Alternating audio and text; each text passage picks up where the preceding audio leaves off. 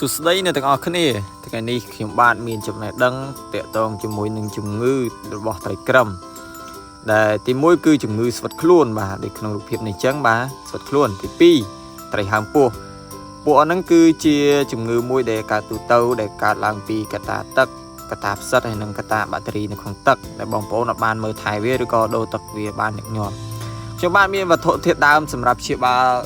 ត្រីក្រំទី1គឺធំជ្រលក់ទី2បាក់បំបែកទី3គឺអំបិលទីសាសខ្ញុំមានតែ3ហ្នឹងទេហើយនេះយើងលាយលបាយទឹកយើងចូលបាក់យើងជ្រលក់អំបិលណាបងប្អូនបាទចាក់ទឹកសមល្មមប្រហែលជា400មីលីលីត្រយើងចាប់ផ្ដើមដាក់អំបិលពីក្រាបដៃបាទធ្វើម៉េចដាក់ឲ្យប្រៃនៅក្នុងទឹកគោហ្នឹងណាបងប្អូនបាទពីព្រោះថាយើងត្រូវយកត្រីក្រំរបស់យើងដែលមានជំងឺហ្នឹងយកទៅជ្រលក់ក្នុងក្បាក់ហ្នឹងបាទនេះយើងដាក់ធ្វើម៉េចឲ្យរៀងប្រៃចេញកំហាំអំបិលមករៀងសស្លស្លេតហ្នឹងបងប្អូនបាទនេះហើយយើងកូរវាឲ្យរៀងម៉ត់តិចមក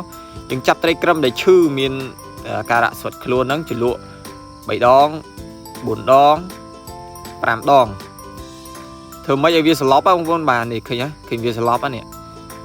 វាស្លប់ចឹងបងប្អូនកុំបារម្ភវាអីទេវាកំពុងតែរឹងខ្លួន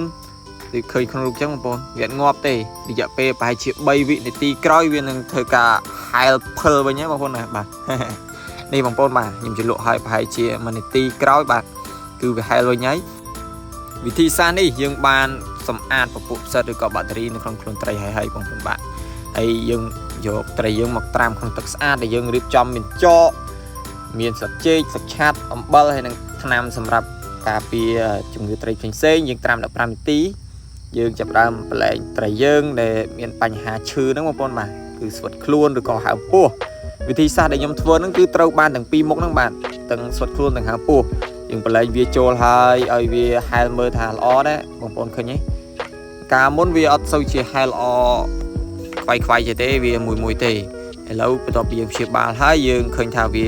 ដូចសភាពដើមវិញហើយបាទ1ម៉ោងក្រោយមកយើងចាប់ផ្ដើមដាក់ចំណីវាស៊ីឃើញថាវាតបាក់ចំណីស៊ីហើយបាទបងប្អូនបាទបើសិនជាបងប្អូនមានអាការៈនេះខ្លាំងបងប្អូនអាច2ថ្ងៃជ្រលក់ម្ដងទៅប៉ុន្តែត្រីនេះអត់សូវប្រមាណទេអញ្ចឹងខ្ញុំជ្រលក់តែម្ដងទេអរគុណបងប្អូនសម្រាប់ការទស្សនា